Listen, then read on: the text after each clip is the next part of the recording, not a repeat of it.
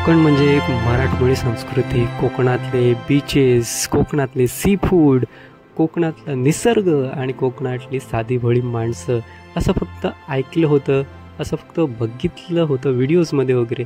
पण आता खरं तर ते अनुभवायचं होतं आणि ते अनुभवण्यासाठी आम्ही प्लॅन केली कोकण ट्रिप. 10 मित्रांची गँग आणि एक कोकण ट्रिप ज्याच्यामध्ये फुल ऑन ॲडव्हेंचर होणार होता. कोकणातले बेस्ट प्लेसेस कवर करणार होते. गणपतीपुळे, रत्नागिरी, देवगड, पावस, कशेली बीच, तारकल्ली, मालवण, सर्व काही. तर चला सुरू करूया कोकण ट्रिप.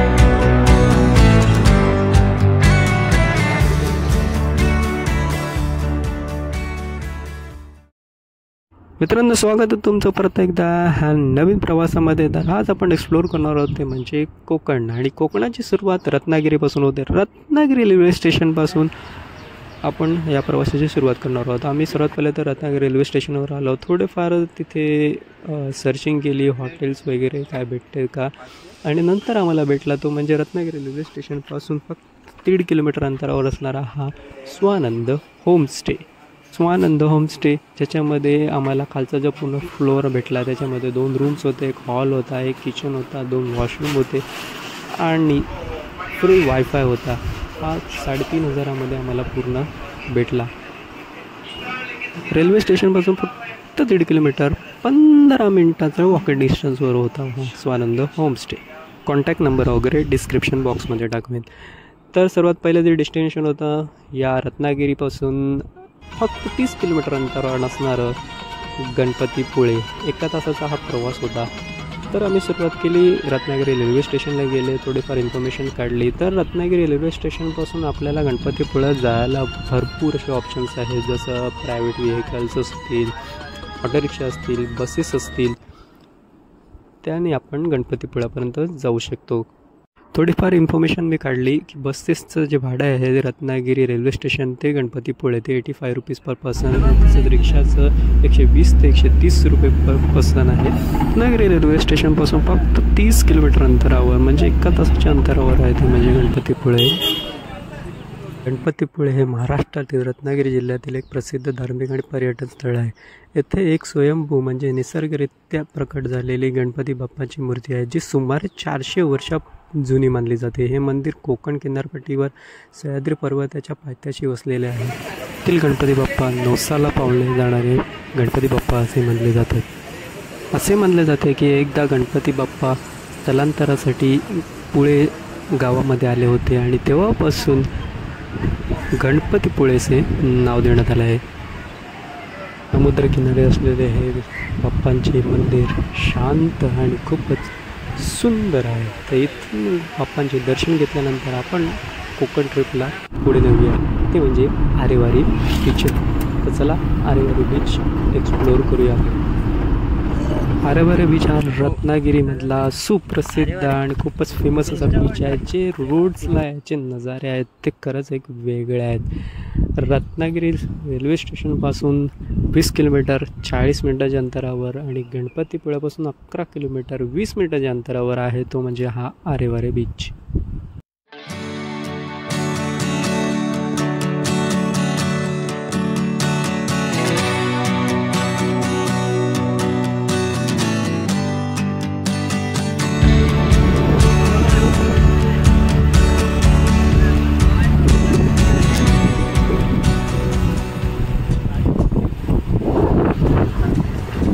आहे आरेवारीचा समुद्र किनारा.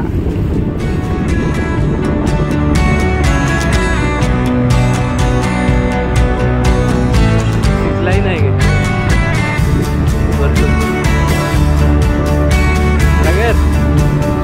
जातो काय तिकडनं झिप लाईन.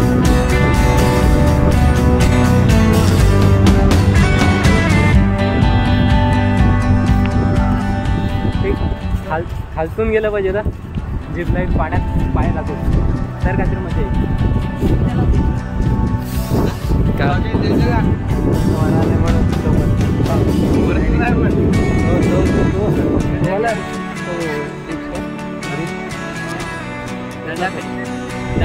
आमच्याकडे दांडाखाडी आहे, इकडे कुठला खाडी आहे?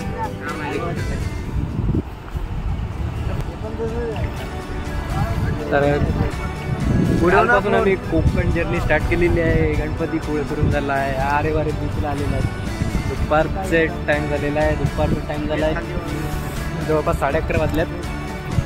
थोडासा नाश्ता वगैरे केला, गणपतीपुळेचं दर्शन घेतला, मिसळपाव वगैरे खाली. व्हेरी टेस्ट नाही, फेमस मिसळपाव पण शोधून पुढे भेटेल ती. खाली ती एव्हरेज होती काय मसाला आहे का?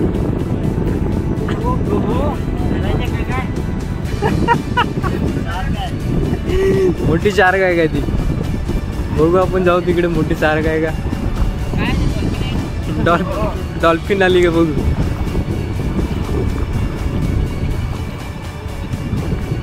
ओ माय गॉड, एवढी मोठी डॉल्फिन.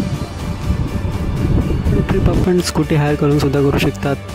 पर डे 1000 रुपयापर्यंत. पण स्कूटी पहिले बुक करा, कारण की इकडे आल्यानंतर भेटत नाही. आम्ही पण सुद्धा ट्राय केली पण आम्हाला भेटली नाही. त्याच्यामुळे आम्हाला प्रायव्हेट व्हेकलने तिकडे ट्रॅव्हल करावं लागलेलं आहे. तर तुम्ही स्कूटीसुद्धा बुक करून हे अट्रॅक्टिव्ह प्लेसेस एक्सप्लोर करू शकता. आता स्टंट मारणार आहे, उडी मारण्याचा कारनामा करणार आहे.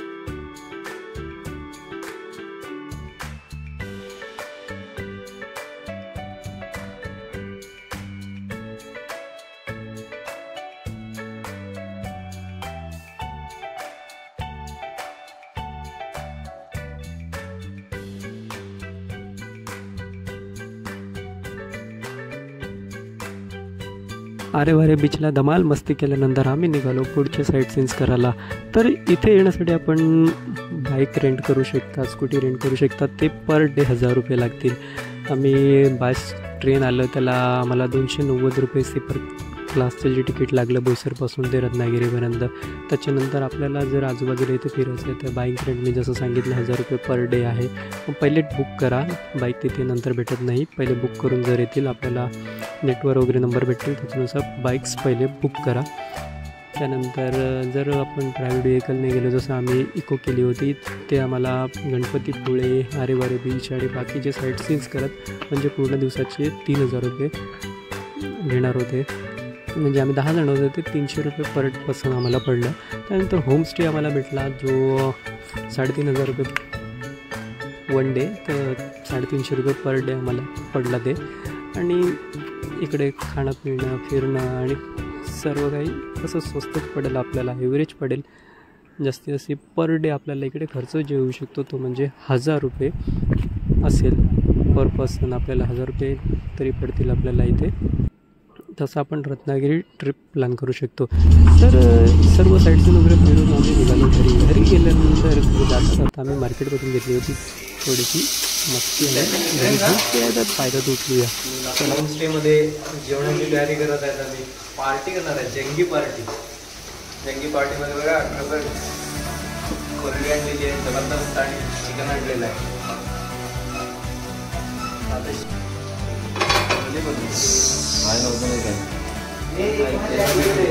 लिमिटेड रिसोर्सेस आहेत, ते पण आपण आता इकडे होमस्टेमध्ये भेटलेलं आहे. आपण बघूया तयारी करू.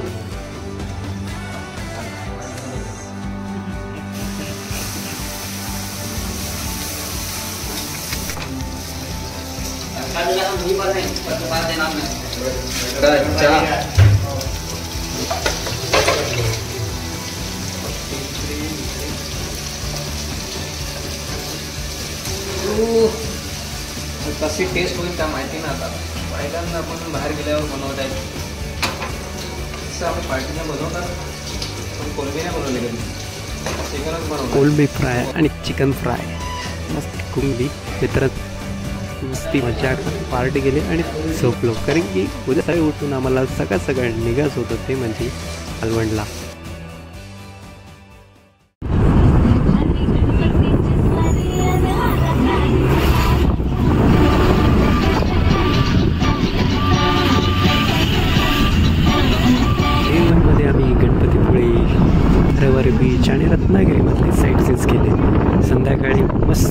होमस्टेमध्ये स्वतः कुकिंग करून पार्टी केली आणि सकाळ उठून आम्ही निघालो मालवणला. मालवण रत्नागिरीपासून होतं 150 किलोमीटर अंतरावर. 4 तास लागणार होते. पण मालवणला जाताना एक तो सुंदर स्पॉट्स तो म्हणजे आहे कशेली बीच. तो रत्नागिरीपासून फक्त 48 किलोमीटर अंतरावर आहे आणि रत्नागिरीपासून आपल्याला तिकडे जायला फक्त 1.5 तास लागणार होता. तर सर्वात पहिला जो स्पॉट होता तो आमचा होता तो कशेली बीच. जसं आम्ही डे 1मध्ये इको केली होती, त्याच्यामध्ये आम्ही 10 जण गेलो होते. डे 2मध्येच पण आपण त्यालाच बोलवलेलं. त्यांनी आम्हाला रत्नागिरी टू मालवण ड्रॉप करायचे 6,000 रुपये सांगितले होते, ज्याच्यामध्ये कशेली बीच वगैरे साईट सीन्स वगैरे सगळं करत आपण मालवणला जाणार होतो. तुम्ही स्कूटी रेंट करून जाऊ शकतात किंवा ट्रेननी प्रायव्हेट व्हेकलनी कशीही जाऊ शकतात आपण. तर आमची गँग निघालेली आहे आता कशेली बीचचा व्ह्यू पॉईंट बघायला. वरतून तर आम्ही बघितलेला आहे, आता खालतून व्ह्यू पॉईंट बघायचा आहे. तर आज डे 2 आहे आपल्या कोकण ट्रिपचा. पहिल्या दिवशी आम्ही गणपतीपुळे आणि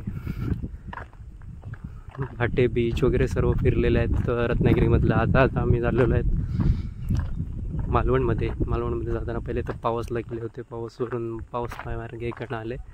कशेली अद्यापपर्यंत फक्त व्हिडिओजमध्ये आणि सगळ्यांकडून ऐकलं होतं की कोकणाचं सौंदर्य जे निसर्ग आहे ते खरंच एक वेगळं आहे आणि तेच अनुभवायला आम्ही इथे निघालो होतो. आणि खरंच कशेली बीचला पोचल्याबरोबर ते आम्हाला अनुभवलं. काय व्ह्यू होता तो. मस्त बघा ना, मस्त सुंदर आहे. असा साईडने डोंगराचे कडा आहेत, वरतून आपण आलो असा आणि या साईडून असा डोंगराच्या साईडनी. आणि काय व्ह्यू आहे ना हा रत्नागिरीमधलं कशेली बीचचा. पण सुंदर, खूपच सुंदर असं म्हणजे जबरदस्त असा व्ह्यू पॉईंट आहे. तर रत्नागिरीत येतील तर त्यांना पूर्ण एन्जॉय करा. असे व्ह्यू पॉईंट्स कधीच सोडू नका. कशेली हा खूप फेमस बीच आहे.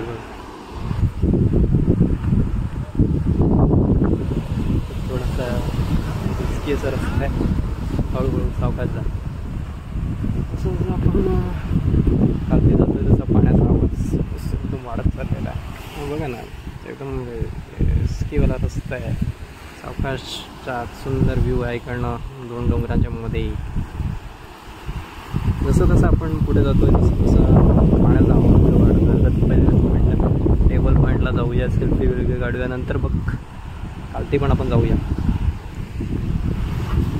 खालती पण जाऊ आपण. पण सध्या आता टेबल पॉईंटवर पहिले फोटो काढू तिकडे. तसं मी सांगितलं रत्नागिरीपासून 48 किलोमीटरवर कशेली बीच आहे, तसंच मालवणपासून हा 112 किलोमीटर अंतरावर आहे. आपण मालवण करून येऊ शकतो. मग कोकण जर्नी रत्नागिरी टू मालवण किंवा मालवण टू रत्नागिरी कशी करा ती बेस्टच आहे. कारण की मध्ये देवगड, पावस, कशेली, तारकल्ली, रत्नागिरी स्पॉट एक नंबर आहेत. आणि ही जर्नी मित्रांसोबत अजूनच बेस्ट आहे.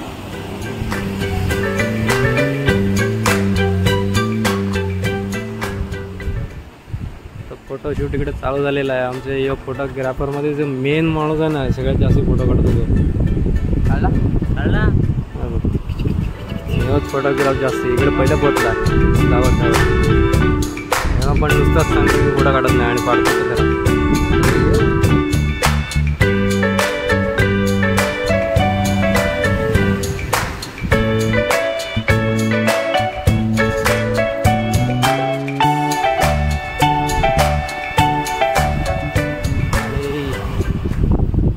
समुद्र ते सांगतात ना आमचा कोकणचा रुबाब भारी. ते खरंच कोकणामध्ये खूप काही आहे बघण्यासारखं. रत्नागिरीपासून हा जास्ती लांब नाही आहे, थोडंच लांब आहे, जवळच आहे. आपण इकडे येऊ शकतात, असा व्ह्यू, असे फोटोज वगैरे काढू शकतात. फ्रेंड्ससोबत वगैरे खरंच खूपच सुंदर जागा आहे. बघा काय व्ह्यू आहे आपल्याला इकडे. वरती टेबल पॉईंट, या साईडला उपासारखी आहे. हा व्ह्यू आणि हा पाणी एकदम ब्लू.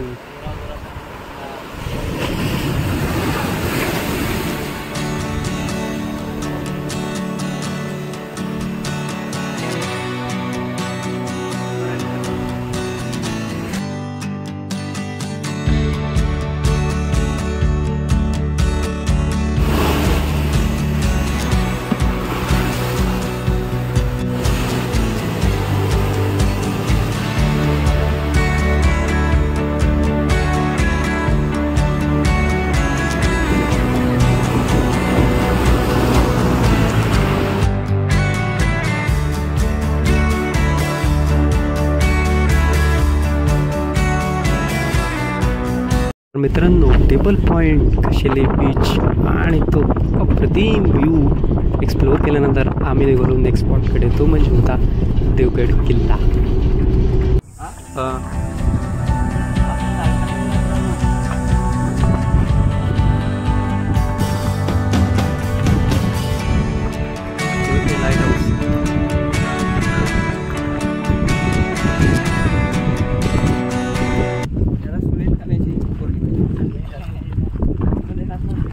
देवगडच्या किल्ल्यावर आलेला. देवगडचा किल्ला खूप जुना आहे.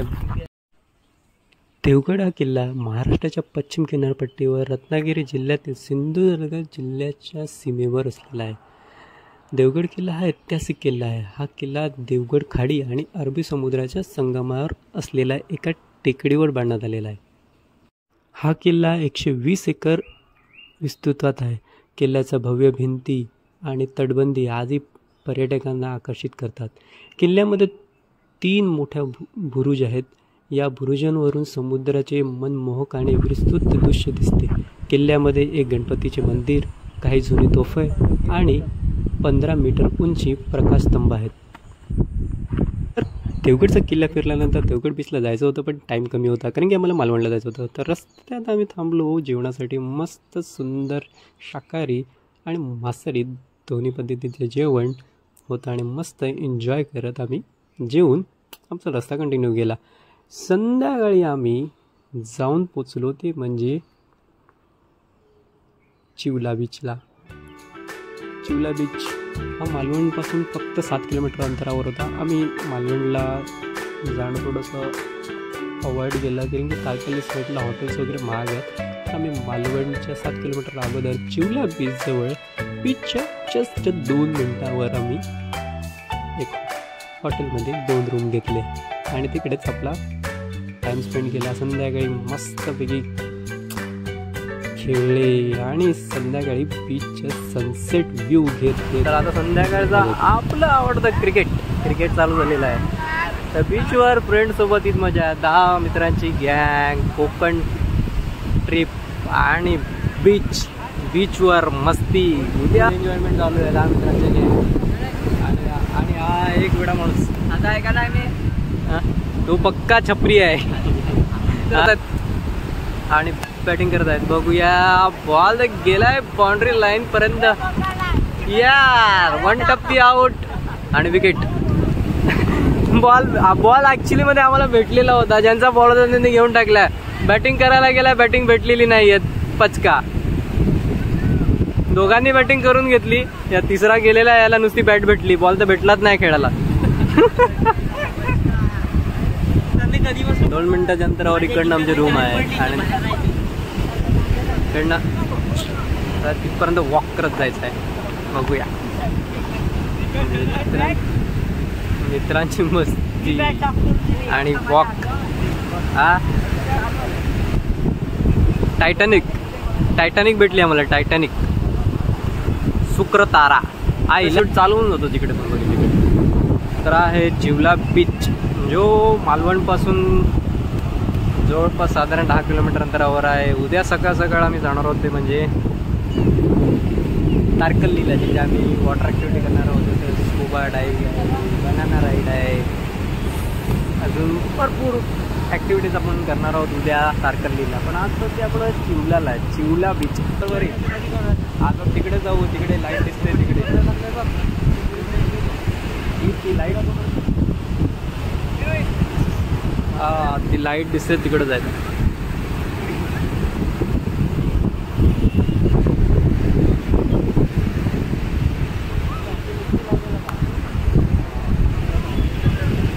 तर ते गेले पुढे.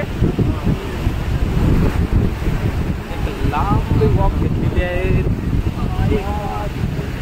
इथपर्यंत. सुंदर बीच आहे आणि या साईडून रिसॉर्ट वगैरे आहेत, हॉटेल्स आहेत. मस्त एक लाईन चालू आहे. या साईडून बीच व्ह्यू. सनसेट घेतल्यानंतर आता तिकडनं लांब आम्हाला काहीतरी हार्ट शेप दिसलेली आहे, जिकडे लाईटिंग आहे तिकडे चाललो. लव बाई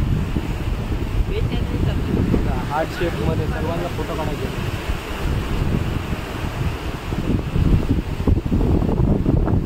तर इकडे आपण आलेलो आहोत, ज्या बाजून सनसेट होतो आहे. इकडनं ही राईड पूर्ण आम्ही तिकडनं 10 ते 12 मिनटाची वॉक घेतली. साईडून हॉटेल्स वगैरे होते आणि इकडे हार्ट शेपमध्ये एक फोटो काढायला सर्व जमा झालेले आहेत. थोडंसं फोटो काढून घेऊया, थोडंसं कशी आहे ते बघूया.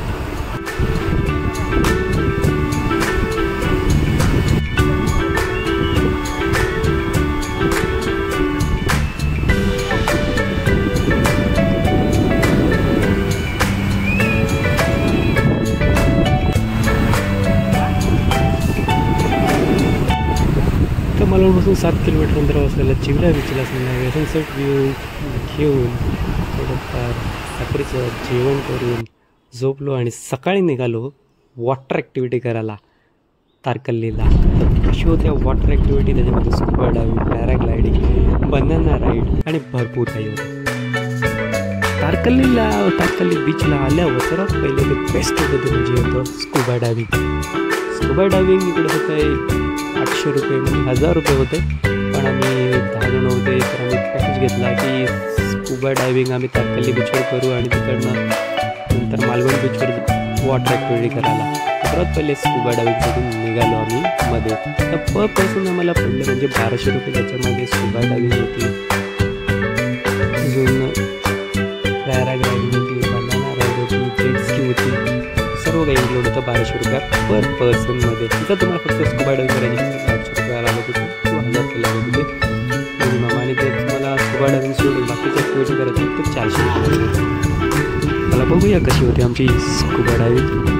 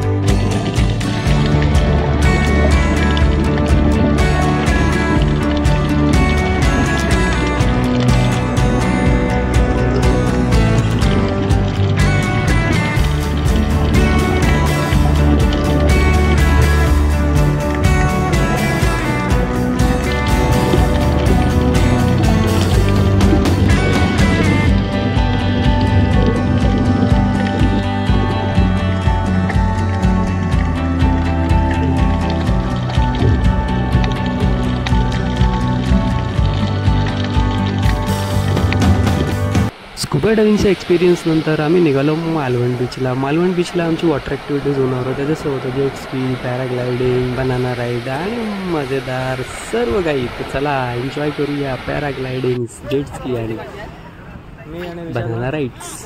काय होणार होत्या आमच्या वॉटर ॲक्टिव्हिटी मालवण बीचला, जेट स्की, बनाना राईड आणि पॅराग्लायडिंग वगैरे. तर तुम्ही एन्जॉय करा. व्हिडिओला इथे सेंड करायचा टाईम झालेला आहे. तर ही होती आमची 3 दिवसाची रत्नागिरी ट्रिप, ज्याच्यामध्ये आम्ही गणपतीपुळे ते मालवण ट्रेनचा सर्व प्रवास केलेला आहे. तर तुम्हाला खर्च सांगतो पर पर्सन तुम्हाला इथे 3 दिवसाचा खर्च येऊ शकतो तो म्हणजे 5000 रुपये. तर 5000 रुपयेमध्ये तुम्ही आपली ही कोकण ट्रिप प्लॅन करू शकता. भेटूया पुढच्या व्हिडिओमध्ये. तोपर्यंत good bye, see you, tata. Enjoy करा आमची ही वॉटर ॲक्टिव्हिटी आणि Konkan trip. Video like, share आणि कमेंट नक्की करा. सबस्क्राईब करायला विसरू नका.